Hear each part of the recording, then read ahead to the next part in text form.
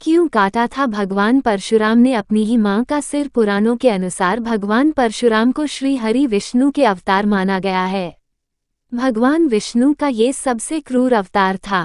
शिवजी द्वारा प्राप्त परशु के कारण ही उनका नाम परशुराम पड़ा था। परशुराम महर्षि जमदग्नि और माता रेणुका की संतान थे। परशुराम उनके सबसे छोटे कर लाडले पुत्र थे। पांचों भाइयों में परशुराम ही सबसे तेजस्वी और न्यायपूर्ण योद्धा थे। धरती पर उनके जैसा योद्धा कोई नहीं था।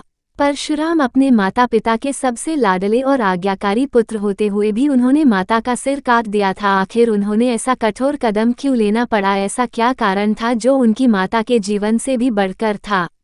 आगे हम इसके बारे में विस्तारपूर्वक पढ़ेंगे। परशुराम के पिता जगमदग्नि बड़े ज्ञानी और तपस्वी थे। उन्हें सभी प्रकार की सिद्धियों का ज्ञान था। परशुराम अपने पिता की आज्ञाकारी पुत्र थे और पिताजी की हर आज्ञा को पत्थर की लकीर मान हर हाल में पूर्ण करते थे। माता रेणुका से हो गई थी यह एक भूल और महर्षि जमदग्नि हुए क्रोधित। एक बार की बात है, ऋषि जगमदग्नि के स्नान के लिए पत्नी रेणुका नदी में पानी लेने के लिए गई। वही कुछ दूरी पर राजा चित्र भी स्नान कर रहे थे।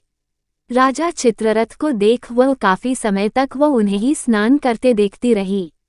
उनका मन विचलित हो गया और भूल गई कि उन्हें अपने पति के लिए स्नान का पानी ले जाना था। काफी समय हो गया। महर्षि जमदग्नि पत्नी रेणुका की प्रतीक्षा में बैठे उनका इंतजार करते रहे। जब पत्नी रेणुका आश्रम पहुंची तो ऋषि जगमदग्नि ने अपनी ध्यान शक्ति से उनके देर में आने का कारण ज्ञात करना चाहा। इससे उन्हें सब ज्ञात हो गया और महर्षि जगमदग्नि अपनी पत्नी पर क्रोधित हो उठे।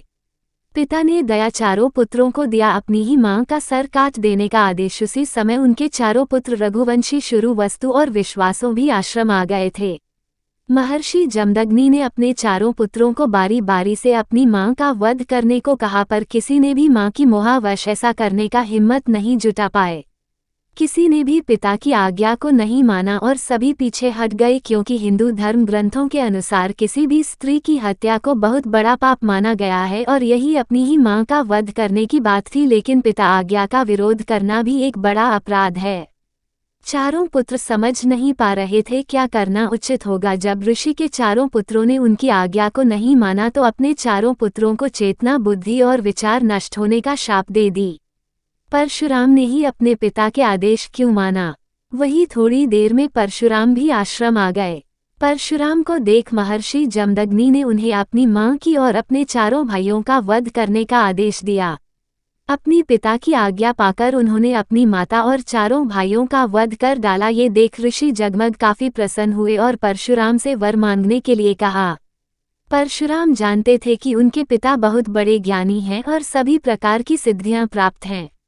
उन्हें अपने पिता की बातों से पूर्ण से अवगत था कि वह अपने पिता के आदेश मानेंगे तो उनके पिताजी उन्हें मुंह मांगा वरदान देंगे। इसलिए उनके पिताजी जब उनसे वरदान मांगने को कहते हैं तो परशुराम ने अपनी मां का और अपने चारों भाइयों को पुनर्जीवित करने का वरदान मांगते हैं।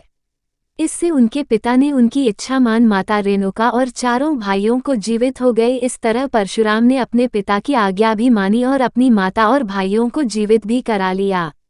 परशुराम ने अपनी पुनः जीवित मां हत्या पाप के लिए किया प्रायश्चित, परंतु माता तो पुण्य जीवित हो गई पर उन पर अपनी मां हत्या का पाप चढ़ गया। इस पाप से मुक्ति पाने के लिए परशुराम एक पर्वत पर शिव आराधना करने के लिए चले गए। कई वर्षों की कठोर तपस्या से प्रसन्न शिवजी ने उनके समक्ष आ गए और उन्हें मृत्यु कुंडली के जल में स्नान करने के आदेश दिया, तभी वह अपनी माता के बाप से मुक्त हो पाएंगे। परशुराम ने शिवजी कहे अनुसार ऐसा ही किया और अपने माता हत्या के पाप से मुक्ति प्राप्त की। यह मृत्यु गुंडेहो वर्तमान राजस्थान के चित्तौड़ जिले में है स्थित है। इस स्थान को मेवाड़ के तीर्थ स्थल भी कहा जाता है। इस स्थान से कुछ दूरी पर एक पहाड़ी पर भगवान शिव जी का मंदिर, जिसे परशुराम जी ने खुद अपने परसों से काटकर बनाया था।